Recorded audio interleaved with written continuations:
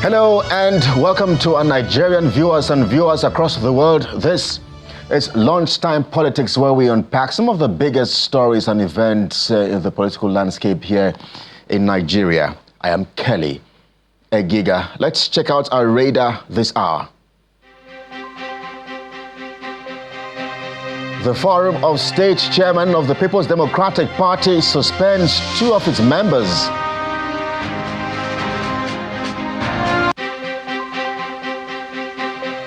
Plus, on the program, President Bola Tinubu formally seeks confirmation of Professor Joash Amokpito as the new INEC chairman.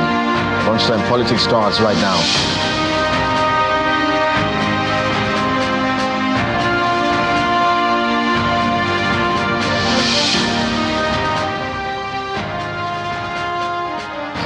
Well, many thanks indeed for joining us on the program. So here's what our focus looks like today. We get to talk Governor Peter Mbah's defection to the All Progressives Congress in the last 24 hours after rumors and speculations. Officially, he has made that move, and many are beginning to question perhaps what exactly is behind the motive, what exactly is behind the justification for the defection to the All Progressives Congress. And that defection also means that the PDP does no longer have any states in control in the Southeast region.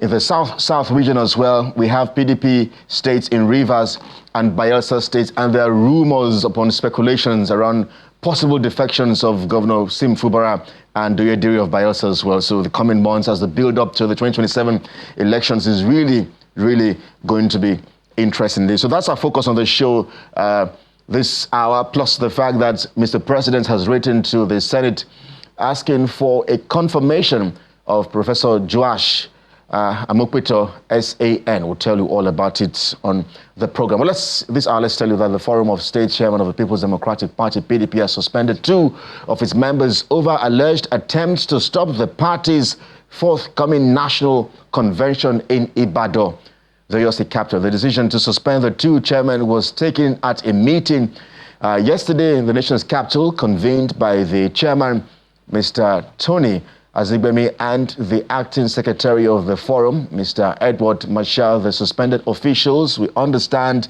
Austin Nwachukwu, chairman of Imo State's PDP, and Ama Nana, chairman of Abia State's PDP. The forum also accused the 2 chairmen of colluding with external forces to disrupt preparations for the national convention scheduled for November 15 and 16 this year.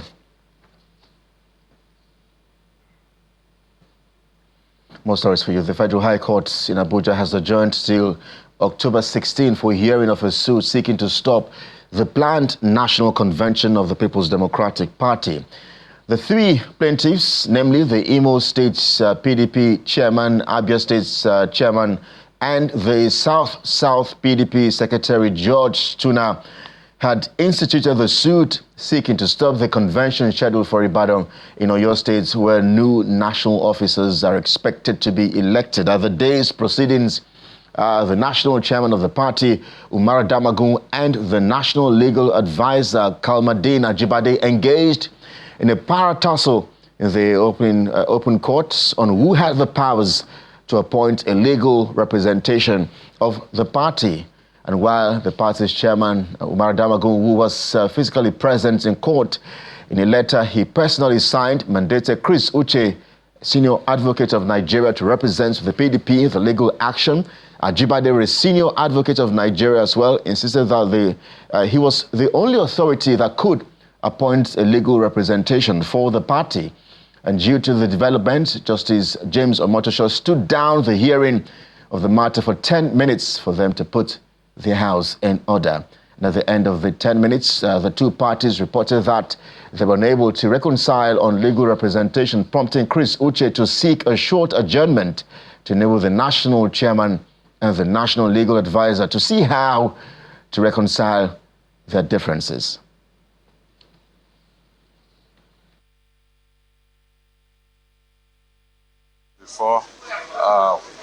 We are not perturbed. we believe at the end of the day, for the common people, which we are right now, justice will be served. What transpired is that there was a bit of an issue over the representation of the second defendant, who is the PDP. And the courts adjourned more or less for that issue of representation to be sorted out. The time for the parties has now been abridged. Each party now has 24 hours to respond to the processes. And some new parties who indicated interest, particularly the chairman of the PDP, Ambassador Damagun, has now been joined as a party alongside two others. So we needed to consequentially amend our processes to reflect this joinder. That will be done. We have 24 hours to file, and by 12 o'clock on Thursday, the entire matter will be heard. Well, so the drama and tussle for power continues there.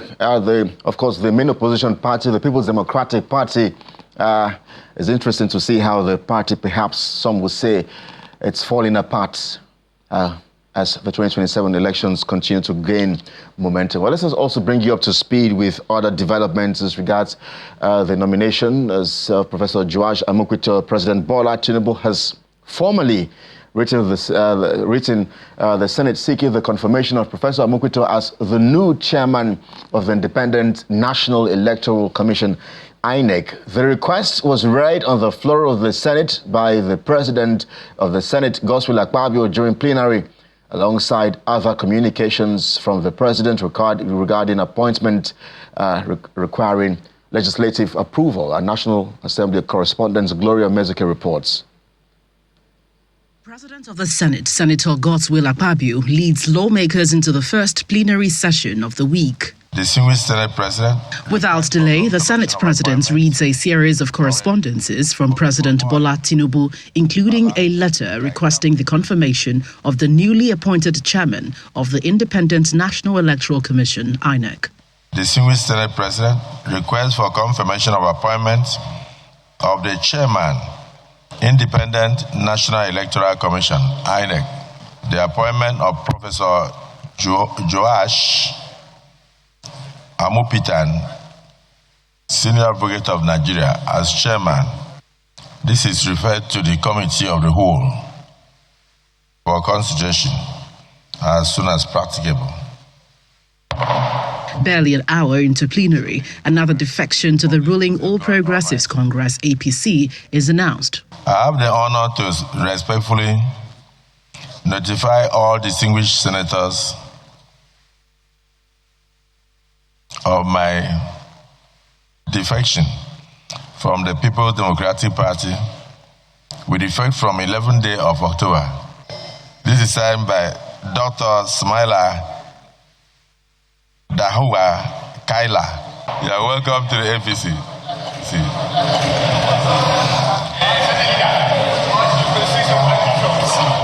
Following this latest defection, the APC now holds 73 out of 109 seats in the upper chamber, giving the party a clear two-thirds majority in the Senate. President, distinguished colleagues.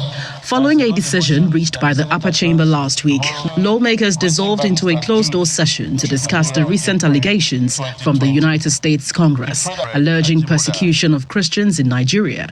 They emerged with a resolution.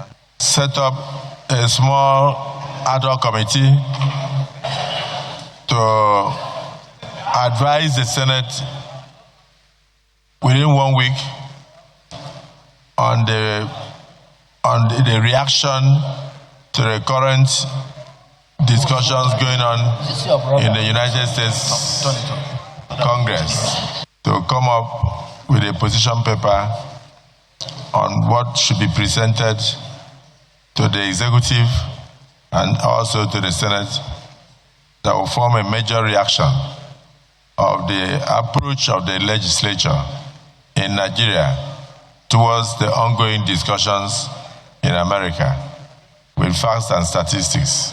The Senate also debated a motion raised by Senator Nnamdi Kanu on tackling dangers of irregular migration through Libya. We should sensitize them to recognize that some countries are in a state of anarchy, that it does not make sense for Nigeria to go there in search of anything. The Senate resolved to mandate its committees on diaspora, judiciary, human rights and foreign affairs to investigate the operations of traffickers to strengthen deterrence and enhance protection for potential migrants. From the National Assembly, Gloria Umezoke, Channels Television News. Well, Professor Joash Amukwito's nomination and, of course, proposed screening is our focus on the show in just a moment. But let's bring you up to speed with more developments now. The Minister of Budget and National Planning, Mr. Atiku Bagudu, is appealing for priority attention to be given to security during the review of the nation's revenue allocation formula. Mr. Bagudu made the call during a panel discussion on the review of the revenue allocation formula organized by the Revenue Mobilization, Allocation and Fiscal Commission in Abuja. The minister believes security plays an important role in driving investment and economic stability. Our correspondent Sarah Achimogu brings us details in this report. This meeting, organized by the Revenue Mobilization, Allocation and Fiscal Commission, is part of efforts to get input for the review of the nation's revenue sharing formula. For over 30 years, Nigeria has continued to make use of the 1992 revenue sharing formula. The essence of this panel discussion is to stimulate informed dialogue among stakeholders from diverse sectors, federal government, academia, development partners, and civil society on how best to structure Nigerians' revenue sharing system to reflect current socio-economic realities. Other speakers list areas of priority that should be considered during the review. If the security as anticipated in our constitution is the responsibility of all three tiers of government, that means our revenue mobilization should have the liberty to advise periodically, as shorter as 5 years, to borrow from Professor, so that we can do better, we can spend more on security, given that maybe without that investment, all other things will not be achieved. Indeed, such a review, do they need to be part of a review of an establishment act? What is important is for us to note that a country cannot make the tremendous bounds and leaps that we require with such acts that are not reviewed over such a long time, that speak to the core aspect of what governance and government is all about. The review process is backed during the panel discussion as conversations switch to the experiences of other countries. The revenue allocation formula should not be something which is fixed and also only reviewable after a certain period of time. It might want to do it the way they do in South Africa. That is the tying in the process of allocation and mobilization to the annual cycle of budgeting and doing it prospectively, looking at 3 years. That's what they do. So that if you do it prospectively and looking at the needs in a 3-year time frame, then you may have an opportunity along the way to recalibrate things as they happen. The Commission aims to review the nation's revenue allocation formula to ensure equity, fairness, and responsiveness to the changing socio-economic realities of the country. Sarah Chimugu, Channels Television News. Well, you're watching Lunchtime Politics. We're due for a break. When we come back, we'll get to talk the issues now with some legal practitioners. Please stay with us.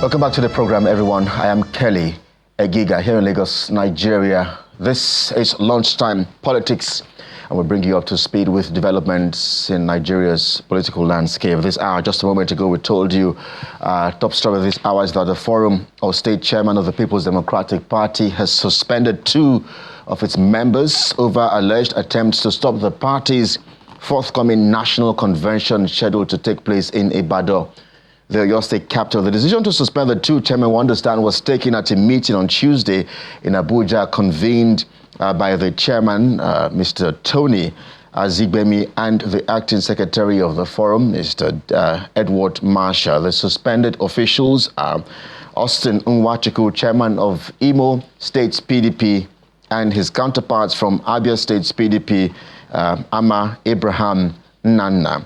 The forum is also accusing the two chairmen of colluding with external forces to disrupt preparations for the national convention, which is scheduled for November 15 and 16. So the PDP, it does look like so much internal wranglings there for the party since it was ousted out of power in 2015. And for some, there's a belief that the party is folding up, is falling apart, is crumbling by the day, especially with the latest defection by the governor of Enugu State, Mr. Nnamdi Kanu, just yesterday. That's the last stronghold of the PDP in the southeast region. He has now officially joined the All Progressives Congress. In the south as well, the PDP seems to be shaking in Rivers and Bayelsa State. But let's unpack all of this now as we are joined by a legal practitioner who joins us virtually on the program from Akure in Ondo State. Barrister Allen Sowore joins us live on the program. Now, thank you indeed for agreeing to talk to us with this very short notice. Perhaps we should begin with the defection, Mr. Sowore. So Governor Ba says he didn't join the All Progressives Congress out of fear, but he joined the party to align his state and the southeast region with the central government. But some have described this defection by the governor as a betrayal and a quest for perhaps survival, referring to the quest for a second term. What do you say? Yeah, thank you very much. Let me say largely that the PDP has failed woefully as a party who should have a rally opposition in Nigeria. So this has given reason or way for any member of that political party who may wish to leave, because the future for that party is very, very scary, it's doomed.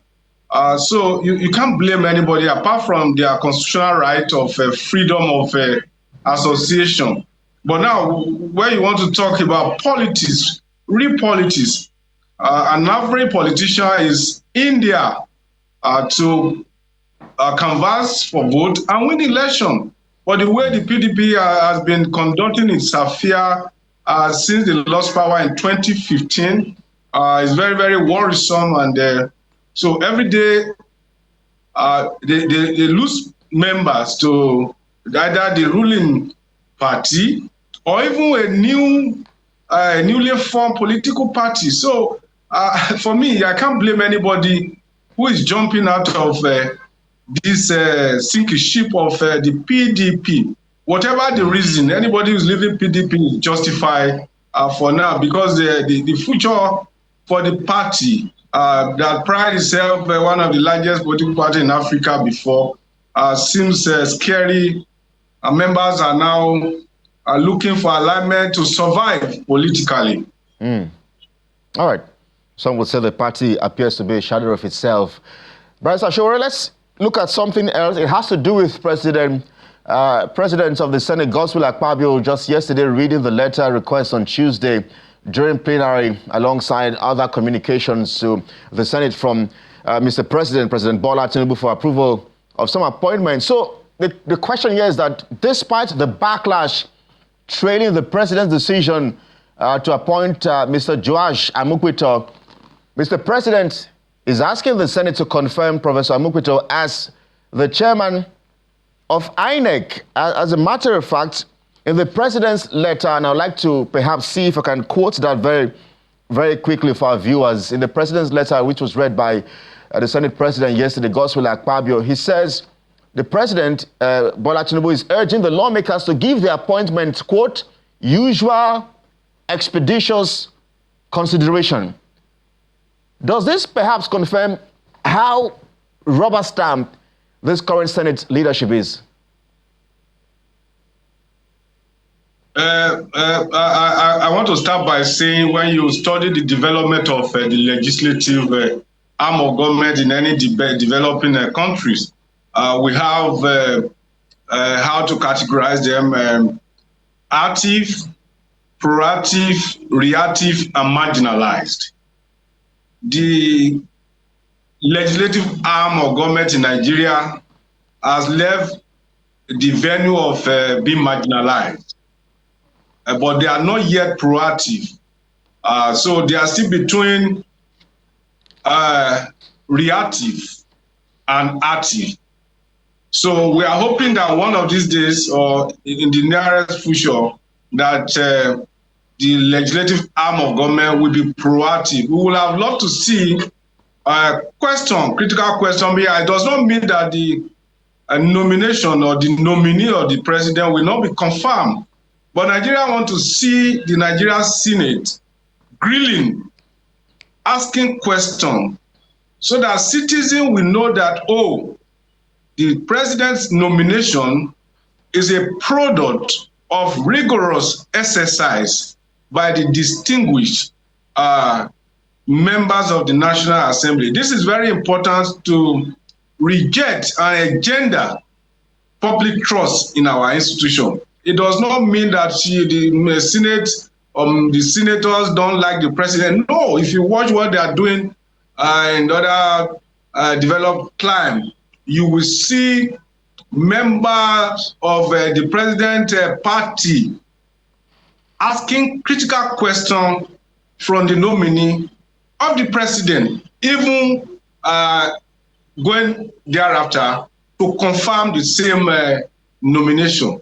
So the senator and the members of the Nigeria legislative arm should do more by ensuring that the process of screening, because that is their constitutional power, to grill, screen, and subject the president nomination to that rigorous exercise, so that when eventually they approve the nomination, the Nigerian people who have elected them will be satisfied and happy that such nominee or nomination has gone through a taste of fire. After all, they say a little taste of fire makes the finest steel. So I think that is where Nigeria are looking in that direction. But when you want to look at the personality and the person character and qualification of the person the president has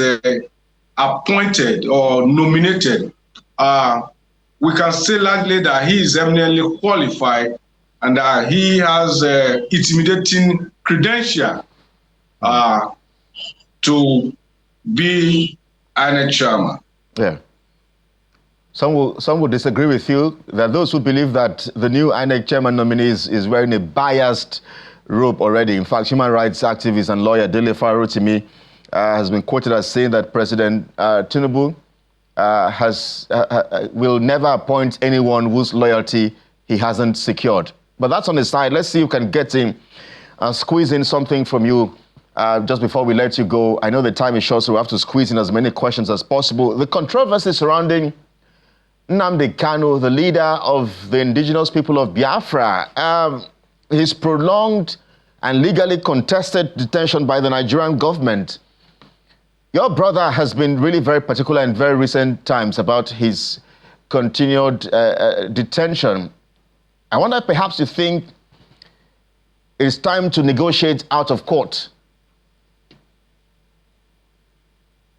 Thank you very much for this beautiful question. You see, the detention and continuous incarceration of Nnamdi Kanu is one of the burden that President Bola Ahmed Tinubu inherited.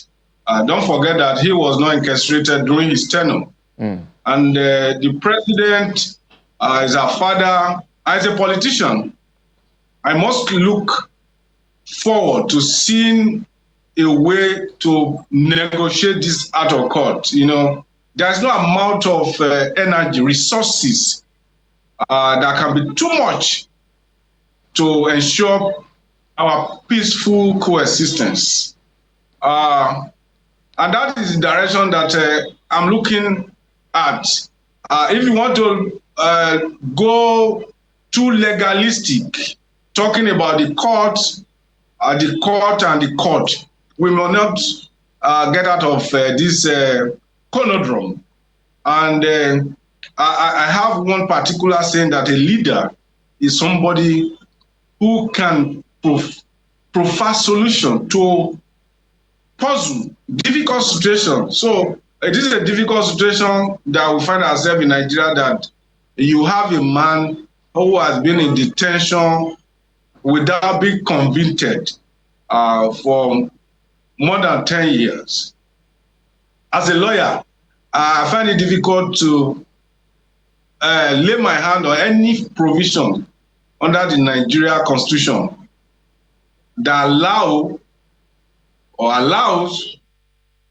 the Nigeria judicial system or the prison to hold on to a man who is equally a citizen of Nigeria without being convicted of any offense for that prolonged period. Or perhaps they are working on some information that is not available to the majority of Nigerian people. But whatever it is, I think the best route to go is through political solution, negotiation, because we must be deliberate about bringing Nigeria together.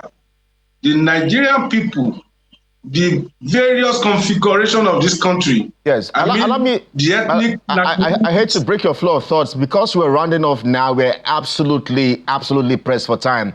In 20 seconds or less, what's the interest of your brother? I know you're not his spokesperson, but some are wondering, what's the interest of your brother? My brother has been fighting for the interests of every Nigerian, the police, ordinary people on the street, workers, journalists. I think that is the calling that he has taken as an adult. And there's nothing we can do about that, even at the level of the family. And I want to reveal to you today that our family, irrespective of the sacrifice, we have donated my brother to the struggle for the betterment of Nigeria. All right. We must thank you indeed. The notice was short, but yet you obliged. Alan Sowore is a legal practitioner. Thank you indeed for joining us from Akure, the Ondo State capital. Thank you indeed for analysis and perspectives. Thank you for having me. Well, as we close the program this hour, let's take you live now to Delta State, where the state government is launching the Delta State Security Trust Fund. For our viewers on DSTV and other platforms, would continue with other regular programming. That does it for us here on Lunchtime Politics this hour. Thanks indeed for watching. On behalf of the production team and everyone here, I am Kelly Egiga, and you have just been served on Lunchtime Politics. Good afternoon.